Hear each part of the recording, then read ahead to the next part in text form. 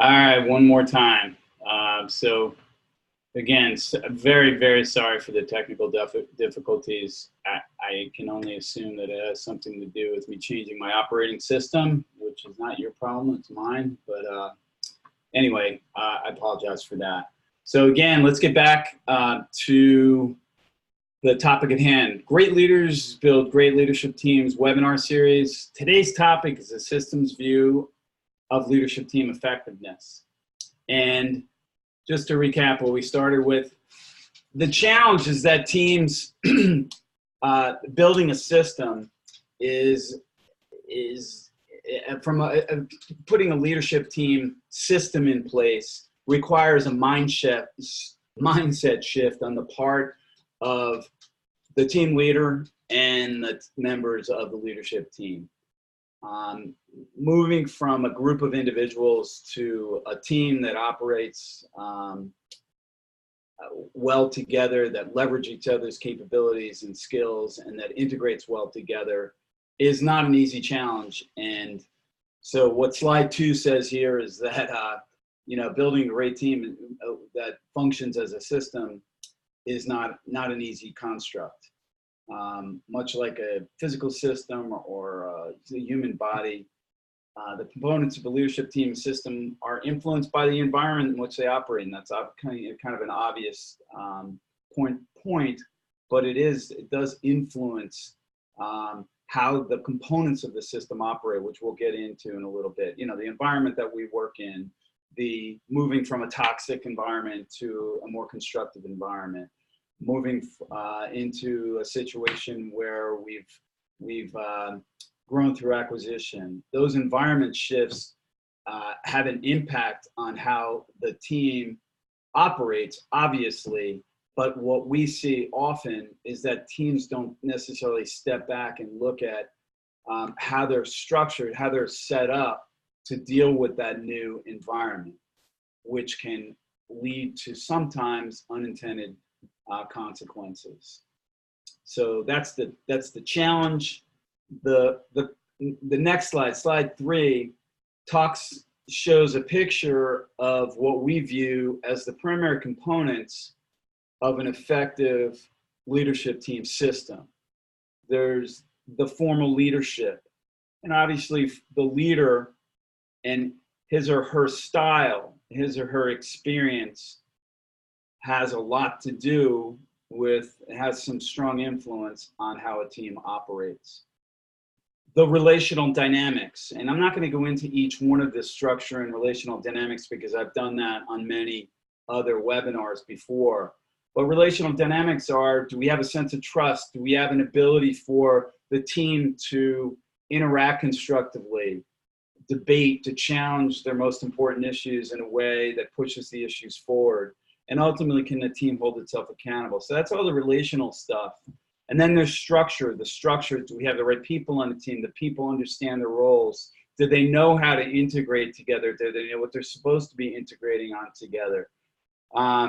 Do they understand that they play 2 roles as part of a leadership team, a enterprise or cross-organizational role and a functional role?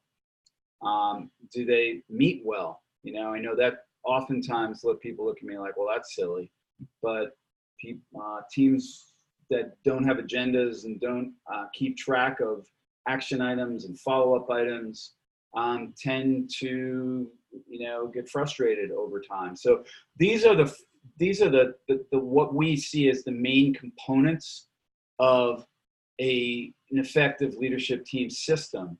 And obviously all teams have these components, and it's how well they work together in relation to, I guess, the white space behind this slide would suggest the environment they operate in.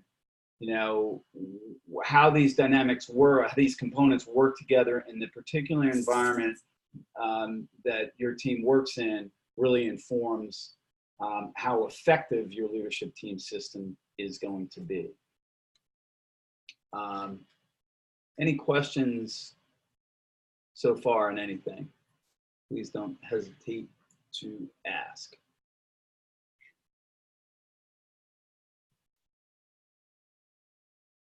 Okay.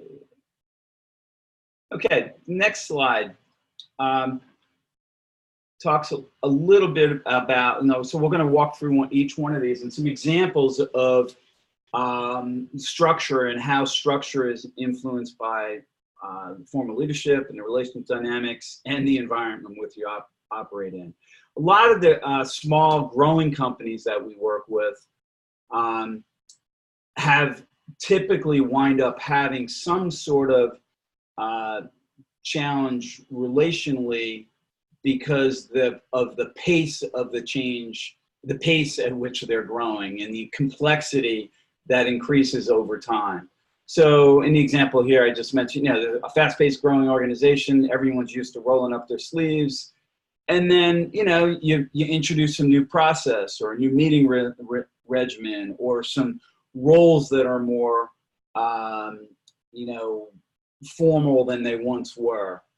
And people sometimes if those roles and process and meeting regimen aren't introduced in effectively, or they go too far, it can force folks to potentially lose some of the autonomy and chip away at trust in the formal leader and in their teammates, right? And so structure in a growing dynamic can really have some unintended consequences, right?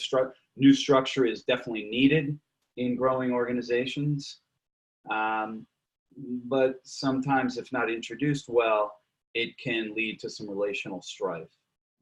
So that's an example of what I'm talking about there. Okay, I have a question here.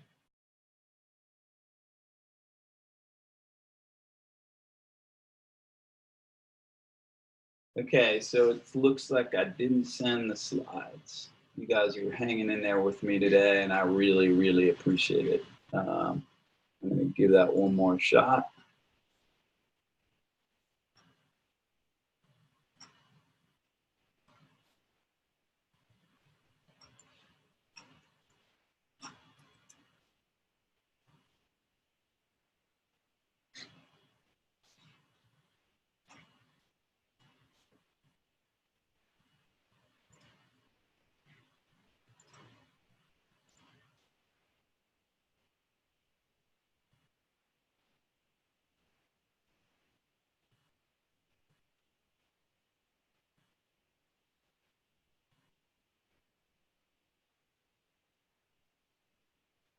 You know what, guys? I think, as Ellen said, I'm going to send these slides out again, and I'm just going to talk through here. And I apologize, but I'm just going to talk through the slides because I don't want to waste any more of your time. So next piece on slide 5 that I'm talking about is relational dynamics, the second component of an effective leadership team system. And relational dynamics can obviously can have an impact on the type of structure or the type of leadership that we have. The other two components, so too much structure too fast can stifle autonomy and lead to relational strife.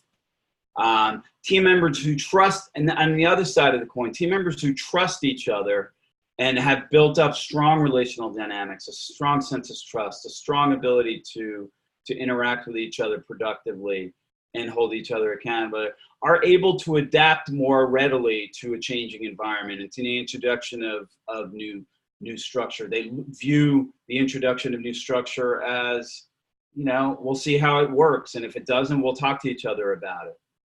And then the third component, formal leadership. A leadership, obviously the style of the leader has an impact on the dynamics, on what type of structure is put in place, and obviously influences relational dynamics as well.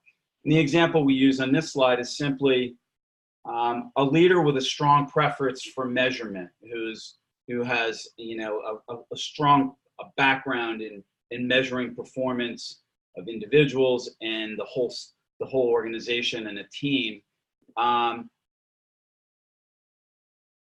has had a good experience with that, but now enters a system or an organization where the environment has been toxic before, and where there's not great trust. Introducing new metrics, introducing new ways of how we're going to track how we're doing, if not handled well, can backfire. And trust the people on the team won't trust the metrics because the environment was so toxic before. So instead of introducing in just metrics, we're introducing metrics in a more learning-oriented way.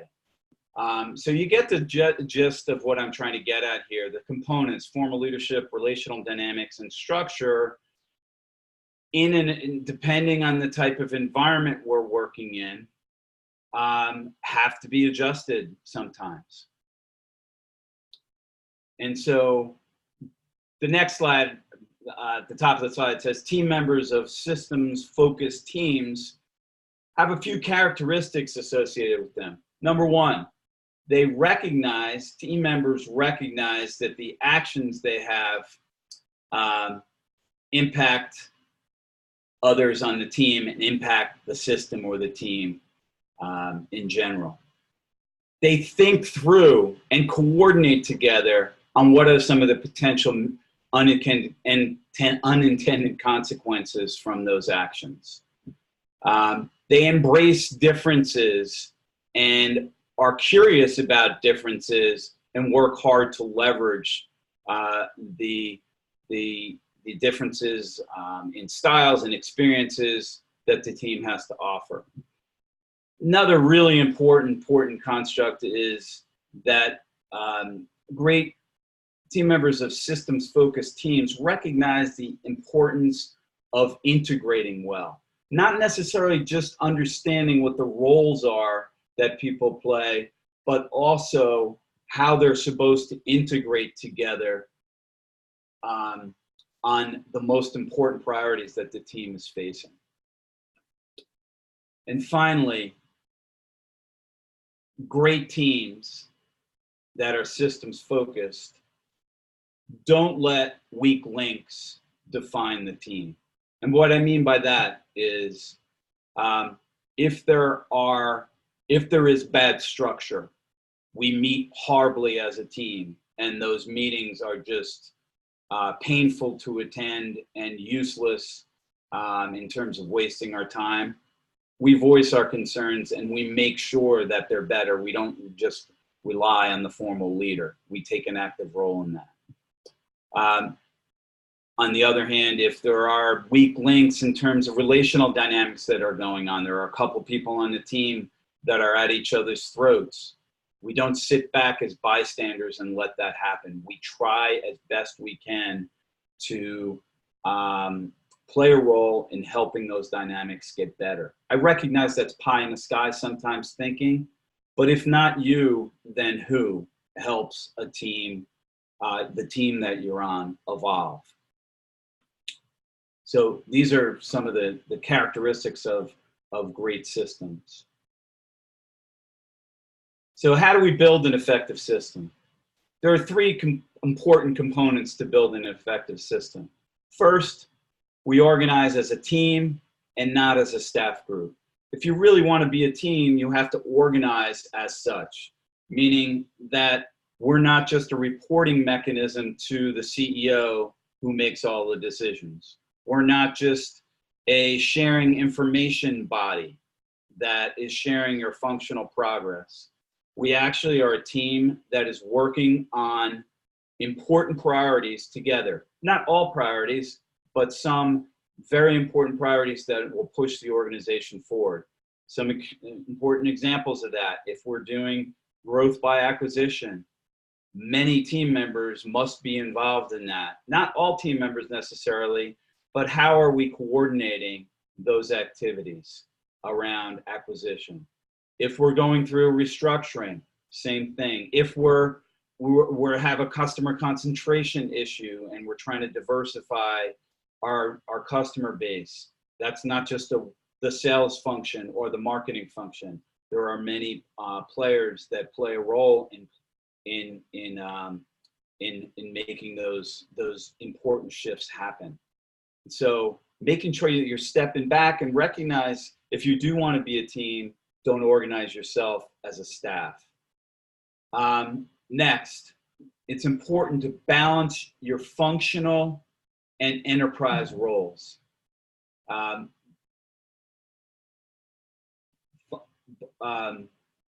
what I simply mean by that is getting the folks on the team to recognize that, yes, they play an important functional role as the CFO or the head of quality or the head of regulatory or marketing, but they also have a role in a greater good role, with the good of the organization. And their enterprise role simply means that they have to use their skills and experience and have a voice at the team. And hopefully on back to one, organizing as a team is there a sense of purpose on what we're supposed to be integrating on together. And then the third component is that it's important to practice and envision the team as a system. What does it look like if our leadership team is functioning as a system? Recognizing that when I take an action, it will likely have an impact on maybe not all other parts of the organization and on my teammates, but on many parts of the organization.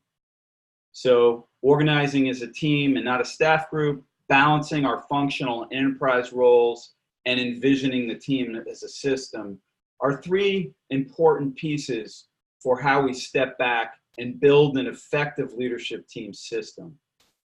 And I guess I'll leave you with one final thought, is that while it may seem trivial to say, and it may be obvious to say, changes to one part of the system will naturally impact other parts of the system, sometimes positively and sometimes in unintended or undesirable ways.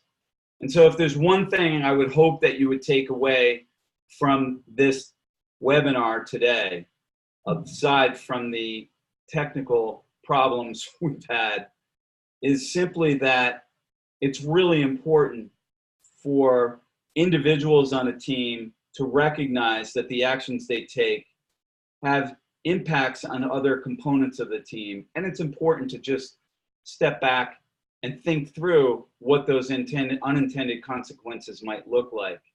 It's also, as a team, important to think through the environment that you're working in, and is the structure and our relational dynamics and the style and preference of the formal team leader in sync with each other in a way that is going to capitalize and help us move forward in that new environment, or are there adjustments that need to be made?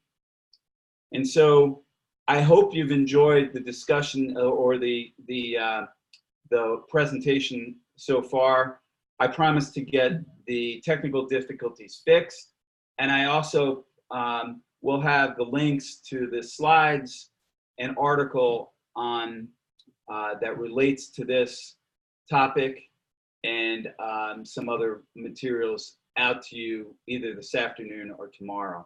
Thanks again for your time, and again, I apologize for the technical difficulties. If you have any questions, please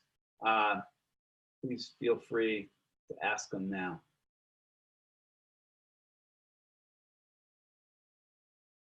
Okay, again, thanks so much for your time.